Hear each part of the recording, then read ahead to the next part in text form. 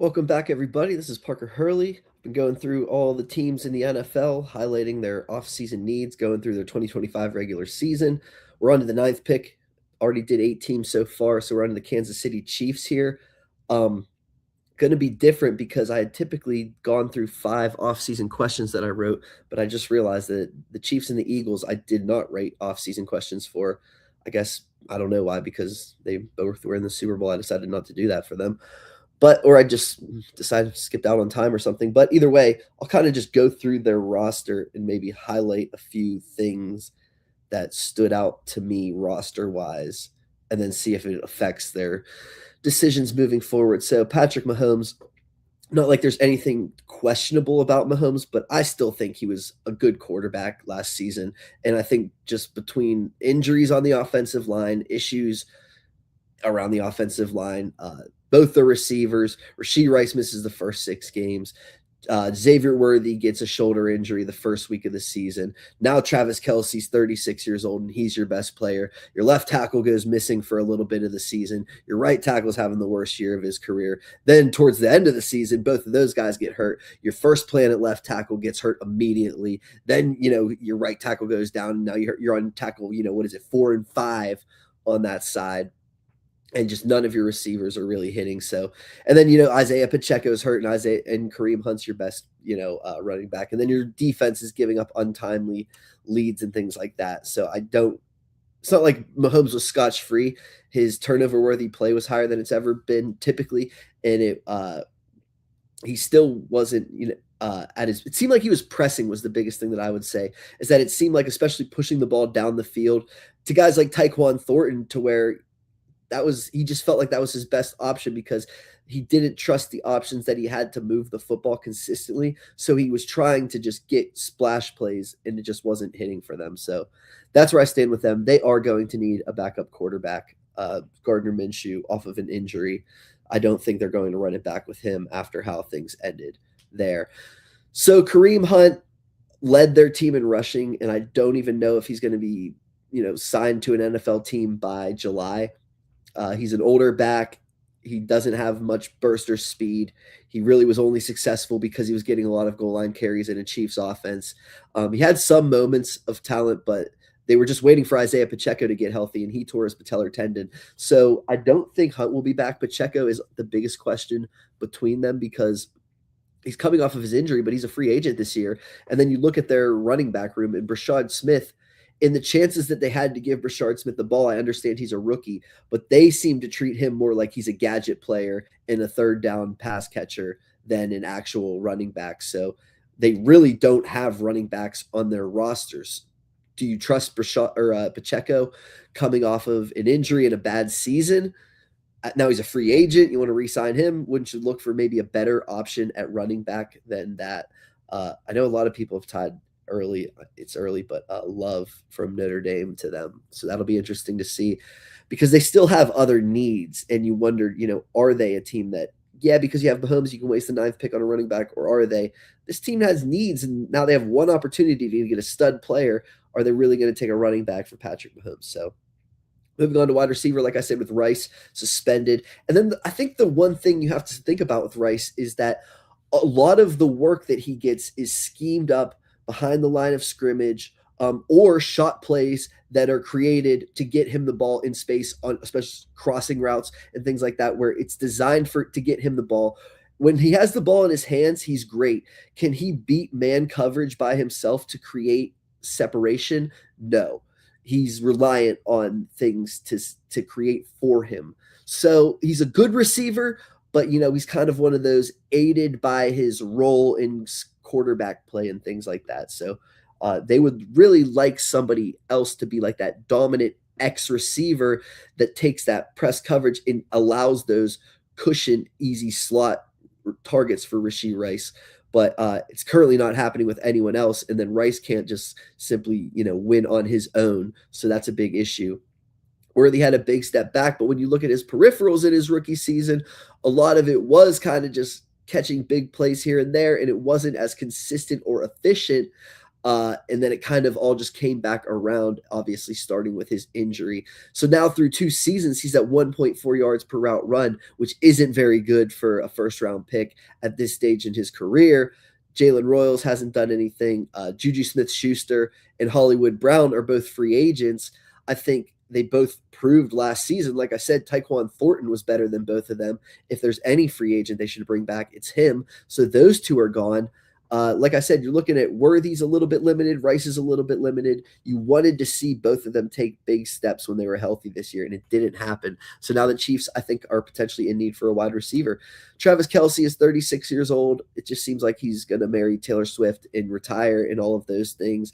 And it just seems like the Chiefs are at a salary cap point where the money he would have to play for, not his worth, especially after he was supposed to be like the third or fourth receiver on the Chiefs, and he ended up being the leading receiver. So that sort of money that the Chiefs will have to allocate to a 37-year-old tight end, I don't necessarily see it. And I think he wants to retire anyways. So they have Noah Gray, but Gray is so much more of like a move tight end and a chess piece and a decent blocker, but they need a receiving tight end, and they drafted Jared Wiley to play in that role because I think Gray should stick in his role as a complementary piece.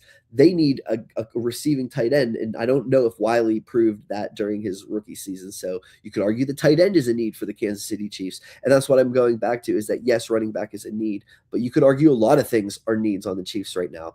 Offensive line, it's going to be really interesting to see a lot of these positions, actually. Left tackle, you would assume that Josh Simmons is coming back, but Simmons fell in the draft due to an injury. He came back sooner than expected, which was impressive. Then he missed at the middle of the season due to personal issues that nobody seemed to talk about, but all of the hints were that it wasn't, like, oh, poor Josh Simmons. It was more like Josh Simmons just went AWOL, and this is not, mentally or mature the way that you do these sort of things, is how all of the reporting out of Kansas City was. So I don't know what you're going to do at left tackle. You would assume Simmons is, when he plays, he's really good. And then when he just doesn't play half the time. And then at right tackle, you have Juwan Taylor, who they're going to cut because he had serious issues, false starts, penalties, not good necessarily, and coming off of an injury, and could save them a lot of money, and has a $27 million cap hit. So Juwan Taylor's gone. They signed Jalen Moore in free agency and thought he was going to be their left tackle starter before they drafted Josh Simmons. Then they draft Josh Simmons. Then Jalen Moore gets a start. Then he gets hurt. And he has typically been a backup for the 49ers. So he signed again. Does he start at right tackle now? That had potentially been thought already. So Simmons is a first-round pick. Jalen Moore is getting $18 million. Those should be your tackles, but both of them are coming off of season-ending injuries. So that's a question. Kingsley Suamataia, I think he's going to slot in at left guard, and he was pretty good last season, and that's not an issue. And then Creed Humphrey, I don't think that's an issue. And Trey Smith, I know he was injured last season. Their interior should be fine. It's just there's really three questions at tackle. And then Wanya Morris is back, but he, like I said, he got hurt last year. So I think, Taylor will be gone. Three of those tackles will be back, and you mostly, because you have those needs as skill player, you mostly just hope everything's going to be okay at tackle. Moving to the edge rushers, Mike Dana was banged up, and when he came back, he wasn't nearly as effective, and now he's got an $11 million cap hit. But you also, you're losing Charles Omenihu. Not many teams are familiar and like what he does, so they could easily just re-sign Omenihu. But at his age, you want to get a lot younger than him. They drafted Ashton Gelati. He started a lot of games and got a significant amount of snaps as a rookie. So he can slot in across from George Karlaftis. And then Dana's still there. But it seems like they need a speed rusher. But then I keep thinking, well, they drafted Felix Uzama in the first round a couple years ago, and he's mostly a speed rusher, and maybe he's not living up as a speed rusher, but it seems like they don't want to play him because he can't defend the run, and they have a profile. Gelati, Dana, and Karlaftis are all very similar body types of big edge defenders. So maybe they just add one more, and you can find that in like the fourth round even. Like a guy like Dana and Gelati were mid-round picks. So maybe you just add one more mid-round pick to the bunch. Chris Jones is obviously very good, but then Omar Norman-Lott had an injury last season. Like I said, I don't know if you are even like, and even if you bring back Omenihu, it's still like you need to improve your interior defensive line still. That's just a depth addition. So then, they brought back Derek Noddy, a familiar face in that they need to upgrade over players such as him and the other free agent on their interior defensive line there. So Jerry Tillery. So they certainly need an interior defensive lineman and can't just lean on Norman Lott after a disappointing rookie season due to, he was already smaller in his frame and then getting banged up. So it's not like you can lean on that. Nick Bolton and Drew Tranquil are back at linebacker. Jeffrey Boss is in there as depth. And then Leo Chanel is a free agent, but I think Leo Chanel is an interesting guy who might get a little more money than people think and might end up seeing himself in a starting role after being a decent rotational player, third linebacker. For the Chiefs, cornerback was an absolute mess last season. Somewhat by their own doing, somewhat because things just couldn't get together. They have Christian Fulton and Noel Williams. Fulton was a free agent last year. Noel Williams was a draft pick. They were supposed to compete across from Jalen Watson for the outside spot, and that was going to push Trent McDuffie into the slot. And then Fulton got hurt, and Noel Williams was a rookie who came along a little too slow. So they had Trent McDuffie on the outside, and McDuffie is an all-pro slot, and he's a very good outside cornerback, but he is a legitimate threat in the slot, or a legitimate weapon in the slot. And he's just a very good outside cornerback. So, and then Jalen Watson's a free agent this offseason. So, I mean, there's a world where Christian Fulton is healthy and he looked pretty good at the end of the season. Noel Williams came along towards the end of the season. They started on the outside. Trent McDuffie's in the slot, and you feel good about that. There's also, Noel Williams didn't show enough last season, and Fulton was injured throughout the majority, and he's going to be 29 here soon. So I think they need to do what they can to keep McDuffie in the slot. So whether that's bringing back Watson, adding another name to those two, that's what they need to do. And without McDuffie in the slot, it was a lot of Chamari Connor in the slot, but then they needed Connor at safety because they really didn't like what Jaden Hicks was doing at safety. So now it's an interesting question of they have Connor and Hicks back. Do they just keep Connor starting at safety? They seem to be asking him to do a little bit too much due to all the shuffling at cornerback. Now it's starting to impact the play of Connor, and it's starting to impact the play of Hicks. And then Brian Cook is a free agent. So do they re-sign Brian Cook? I think he's like the priority of all these free agents because I don't think the safety room works without him, honestly. So especially because they don't trust Jaden Hicks. If they got anything out of Jaden Hicks this year, I'd say, okay, yeah, they can lean on Hicks and then Connor, and then McDuffie's in the slot, and they just need some outside corners. But now, without Hicks showing much, they probably need to bring back Brian Cook and then have Connor and Hicks compete, and then one of them could be the dime guy. So it gets us into their offseason needs and my questions. Running back, wide receiver, tight end, I talked about their skill positions are going to be completely different. They could use some help on the defensive line as well. And then I think if they bring back Brian Cook, most of their secondary will be fine and then Watson as well is another question. So my big questions for them, is this the end for Kelsey Hunt and Juju, along with some of these other skill players, and how do they prioritize the replacements? That includes Hollywood Brown, and like I said, Pacheco. You wonder if those guys come back.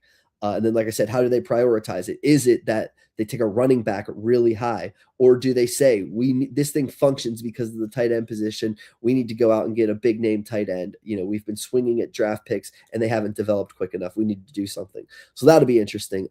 Is it that Jalen Moore just slides out to right tackle, and do they trust Josh Simmons at left tackle, or is Jalen Moore still insurance and they go out and get somebody? I think given the needs elsewhere, they're going to hope that those two are going to be fine at tackle and they can push their needs elsewhere.